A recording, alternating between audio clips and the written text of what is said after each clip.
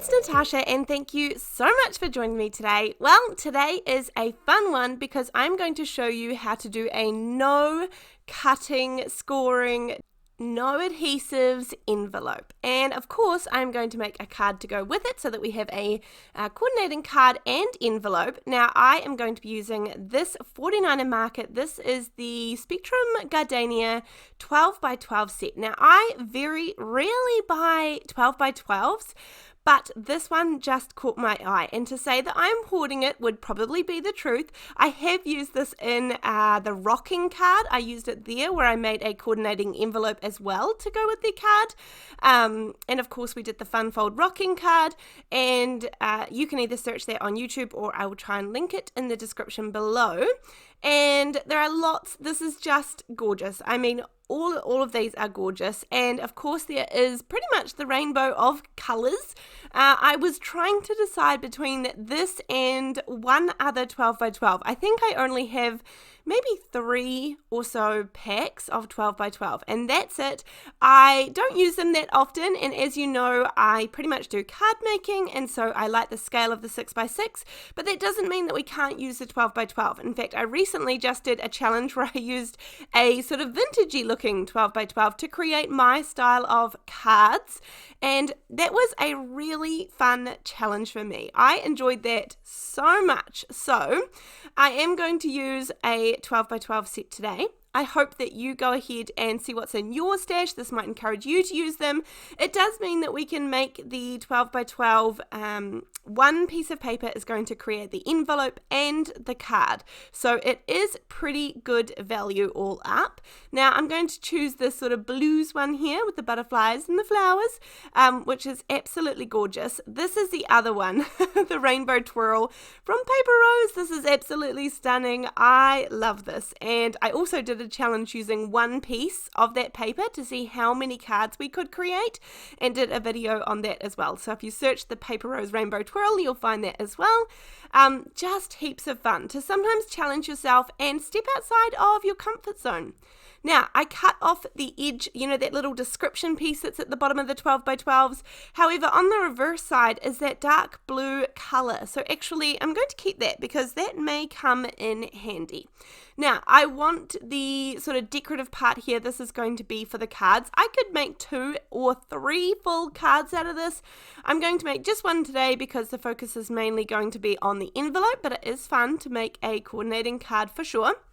Now for our envelope, we are going to need a piece of paper that is about 8.5 inches, and then it doesn't really matter the length of it. So you just want the width to be a regular full sheet. So that means that for this card making portion here, I cut off about 3.5 inches, and that's going to leave me about 8.5. Now honestly, these measurements don't really matter. If you want to try this out, I suggest that you do it with copy paper first, and then you'll get the gist of how you're going to fold it and what you might need. You might get away with a bit less. In fact, I'm pretty sure you would, and you also would get away with more. So it's not too specific. Now I'm going to take a couple of things here from the Sizzix set, and I also have the Lawn Fawn magic messages. Now honestly, these come in every holiday that is out there. I have the sort of generic one. I think it was one of the first or second to be released in this series, and they just have all the mixed messages. So there's the birthday and the thank yous and the thinking of yous and all those things, which is absolutely what I love, when they have all of the messages, all of the sentiments in one stamp set. Now I love these because they are circular in shape. It's actually a little bit harder to find these circular sort of shaped sentiments, given that a circle is such a handy shape for the card. Now at this point, this is going to be a navy colored matting layer, but I'm taking out the center because I wanted to create like a little border strip or a little lace strip, but I didn't have what I needed already, so of course I'm going to create it, and then I end up sort of doubling back and changing my mind on this, but nonetheless, here's the process, because then you understand how that card got a hole in the center. I'm using this gorgeous border set from Spellbinders, and I have just run this through with one of the border dies. I didn't necessarily want the whole border, I sort of wanted the lace effect, so I'm actually going to take this gorgeous little piece of border and just go with the pattern and kind of create a semicircle, like a half circle on the bottom of the pattern there, and that was what was going to go along with my sentiment, just as another layering piece. Now you could use actual real lace, that would work beautifully too. I didn't have any in the color that I wanted, and so of course I'm just going to, use my dies in a way that I can make it work. So I'm going to stamp out my little sentiment on that one of the, it's like a spiky circle from the Sizzix die set, and I'm going to add my layer that I cut from the blue. I'm going to add that onto the navy so that there is a nice gorgeous matting layer ready to go. This is the Hero Arts navy, I think it is, cardstock, which I absolutely love. And then I have a few little layering pieces. Now that dark blue strip came from the edge that I cut off because waste not, want not. We love a good extra little piece there. And then I've got my sentiment ready to go. I've got my lace strip ready to go. And then I have everything pretty good for the card. This card came together super quickly. It's just a matter of popping things together. Now, I thought that I was going to do it like this. I wanted sort of to layer up, but I felt like that dark blue navy lace strip kind of took over a little bit from the background image. Now that I'm editing this and doing the voiceovers, I wish that I had probably popped it in. I don't think it takes over. I think it adds a nice element, but at the time I remember thinking it was a little too bold, so actually I left it off. But nonetheless, that's okay. I'll pop it in my spears and I know it will be there ready to go. Blues always work. I love blue, so I use blue a lot in my card making, so I know that that scrap is easily going to get used up. And then I created a little fishtail banner just using my fussy cutting scissors and added some foam tape. I added some 1mm first, and then I added the strip, and then I'm going to add another set of 1mm dots, and that will just give it a nice little bit of dimension. And then pop my sentiment on here. As I said, this is just a card using the rest of the 12 by 12 piece of paper, and I could have created 3 of these, no problem, but I'm just going to make 1 today. I still wanted to include that lace piece, it just wasn't happening for me. Then I'm going to pop this down onto my card base, which is 4 1/4 by 5 1/2 inches, and that was a very quick and easy card to create. Right, let's create this no fuss envelope. I love that little butterfly.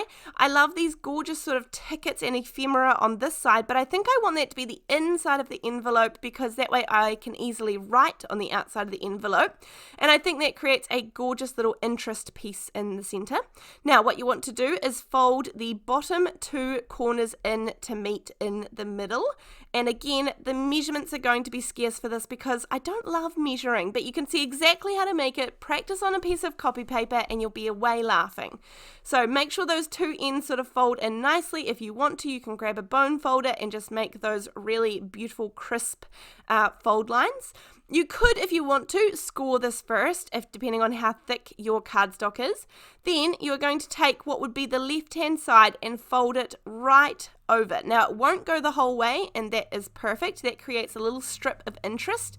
If you have a slightly shorter piece of paper, then you're going to get a bigger strip of interest, and actually that's quite nice down that side. So if your paper is 9 inches long, 9 1/2 inches long, 10 inches long, it's all going to work. Honestly, this is just a very versatile, easy envelope to create. And as I said, as long as it's about 8 1/2 inches wide at the bottom, then you're away laughing. Right, this is where the envelope is going to go, and this is how I measure where to fold. And I know that's not very specific, but I'm assuming that the card is 4 1/4 wide, so I'm assuming it's around 4 3/4-ish inches. But anyway, you fold it around, then you fold this little tip underneath. If your piece of paper is longer, then this little tip here is going to be longer and it will tuck in further, which is perfect. That's absolutely fine. So your card goes in here, you can pop this down. Remember, I've got dimension on mine and it's still going to close and work perfectly. And then you just tuck that little piece in and it is good to go. This is just a very easy, no cutting, no measuring, no adhesive, gorgeous envelope. Of course, if you were actually going to put this through the mail, then I would close this up properly. However, However, if you are giving this as a birthday card or you're adding it into a gift or something like that, and you'll be handing it to the person, then absolutely this is going to hold up just fine. So this is our gorgeous card and no fuss envelope. I hope you have enjoyed this video. I will try and remember to link those couple of other videos down below, and of course if you'd like to shop my links down below to any of these products that you've seen, the paper packs, or even just check them out and have a look, then I will leave the links down there too. I'll see you next time. Bye!